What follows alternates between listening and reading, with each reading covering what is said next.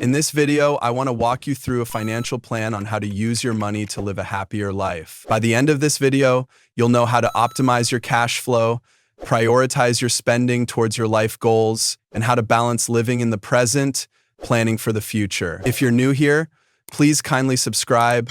I'm Holland Dove, and on this channel, we talk all things personal finance and self-development. Let's start with step number 1, your personal cash flow. This is essentially a measure of your financial efficiency. It's calculated by taking your total income and subtracting your fundamental costs. So let's look at an example. Who earns $4,700 a month from his salary and a side gig? Her fundamental costs include anything that is essential to her living. So these include reoccurring expenses like rental mortgage and utilities, mobile phone, transportation and groceries, minimum debt payments, and in total that should make up between 45 to 58% of your take-home pay. Once you have an accurate amount which reflects the total of your fundamental costs in any given month, $2,900 a month, subtract that number from your take-home pay. That is your margin. So in this case, your margin is $2,800 per month, so that's within the recommended guideline. This margin is the amount that she/he can choose to save, invest, or spend on non-essential 125 items. Understanding this margin is important. It's what dictates exactly how much you can allocate towards your life goals, whether it's saving for a house, investing for an early retirement, saving for a holiday, or just enjoying life. Obviously, there's amount of money that you have available, so whatever decision you make will have an opportunity cost. Now, the key is to regularly monitor your cash flow so you always know where your money is going and how much margin you have left each month. Now, the number 2 is purpose-based spending. Now that you understand your personal cash flow and you know how much margin you have left over each month, it's time to think about your current lifestyle and the life you want to be living 10 years from now. This step is all about allocating your margin to your purpose. So let's bring it down. You starts by thinking about all the things that he wants to do and achieve. He wants to buy a home with a big garden. He wants to retire early. He wants to quit his job to pursue her passion full time. Ultimately, what he chooses to do with his margin will dictate each of these goals he can then turn into reality. So now he needs to get super clear on how much each of these goals are going to cost. So first, he wants to buy a new home, and that's going to cost her approximately $500,000. That's the benchmark. He's also expected to put down 20% as a down payment. So he'll need to have aimed to save up at least $100,000 plus legal fees, property tax, and any other associated costs with buying a home. So let's assume it. Total, he needs $120,000. He also wants to quit her job within the next 2 years to do something more fulfilling or even to start her own business. To do that, he knows he needs to build up a healthy cash buffer or a cash pot set aside that lets her take now, forgets risk, and that he can continue paying her bills from when he does take it.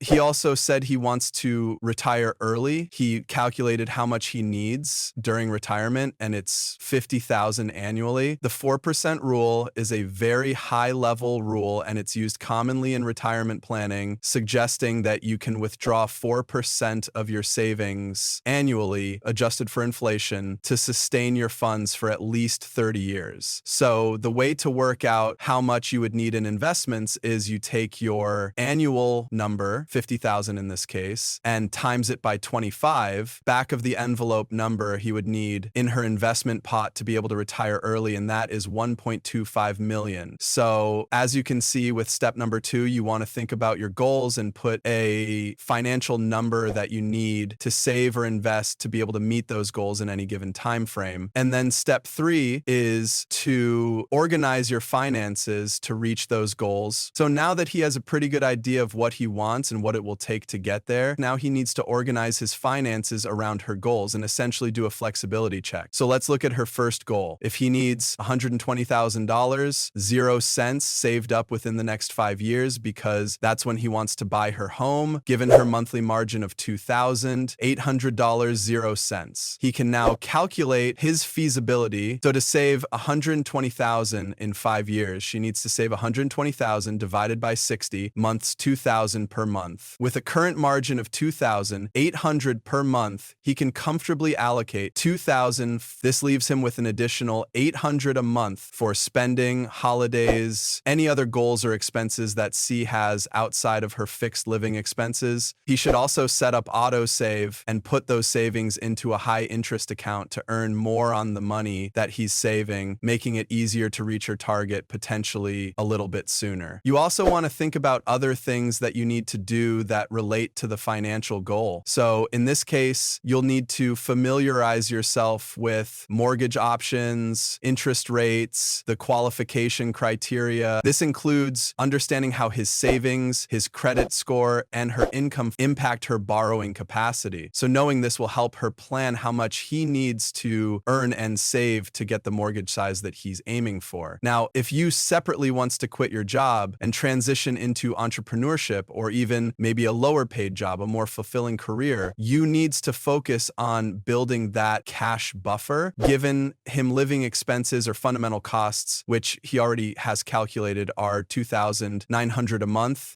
he will need to save up just under 35,000, which is the 2,900 times 12 over the next 2 years. So if you break that down, he'll need to save 1,458 a month to build up that cash buffer. This is well within her monthly margin. 6 o'clock choose to quit. How would this impact his ability to get a mortgage? That's something else that he would need to consider if he does want to consider both. And then let's look at his third goal, which is to retire early. If he's 33 right now and wants to retire by the time he's 50, then assuming an average rate of return of 8%, he can start by putting in $2,300, 0 cents a month. Portfolio would be worth $1,250,000, 0 cents, which is what he needs to be able to retire off. If he wants to retire even sooner, so in 15 years, then he'll need to find a way to put an extra $1,000, 0 cents a month in, which is more than what her margin is at the moment. So he needs to find other ways to make this compounding work if he does want to retire early. I'm not going to go into the details of this investing section, asset allocation, tax-free accounts. That's another topic in itself. In 5 years or in 10 years from now, you need to do different things with that margin to make it happen. With short-term goals, you can't focus on purely saving and tucking that money away into a high interest or high yield savings account. If your goals are more than 5 years away, you want to look at investing it to make that goal potentially happen even faster. The second thing is that you need to take your goal or your vision and to assess the feasibility. 742, you really need to break it down into what you need to do today to make that thing happen in the timeline or the time frame that you're looking for it to happen.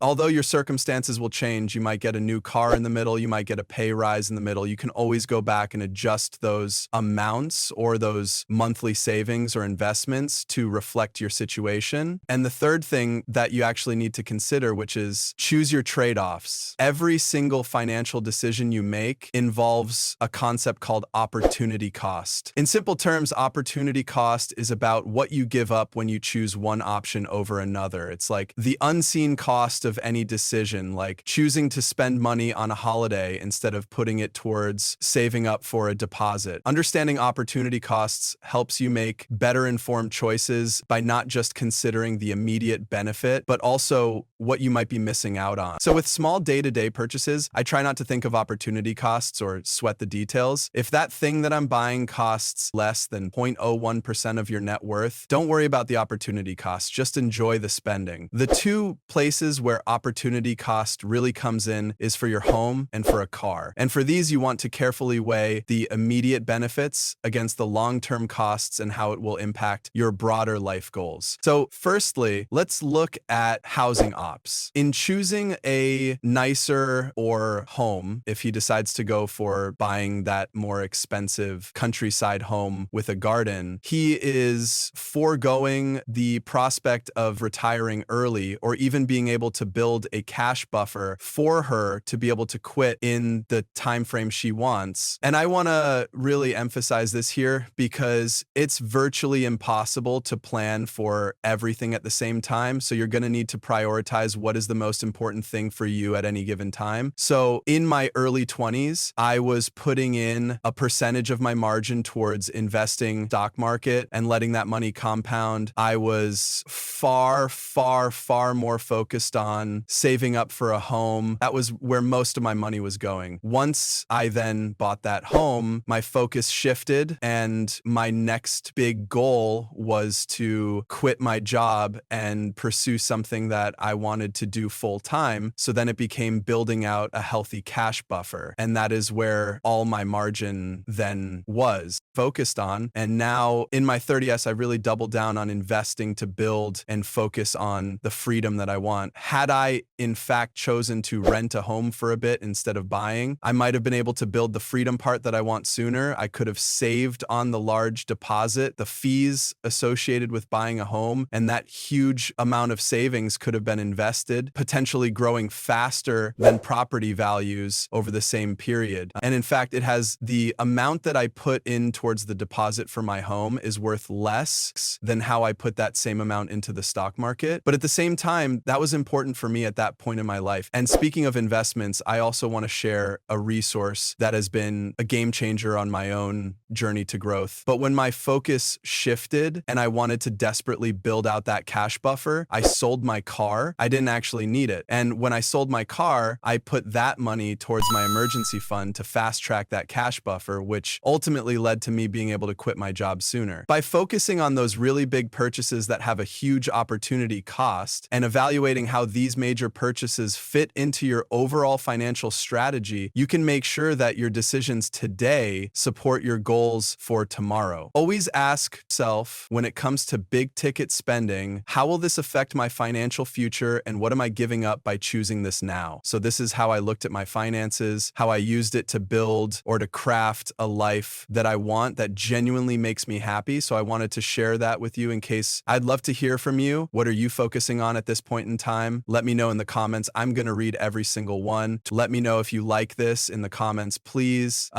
Don't forget to share, give a like, and follow our new channel for more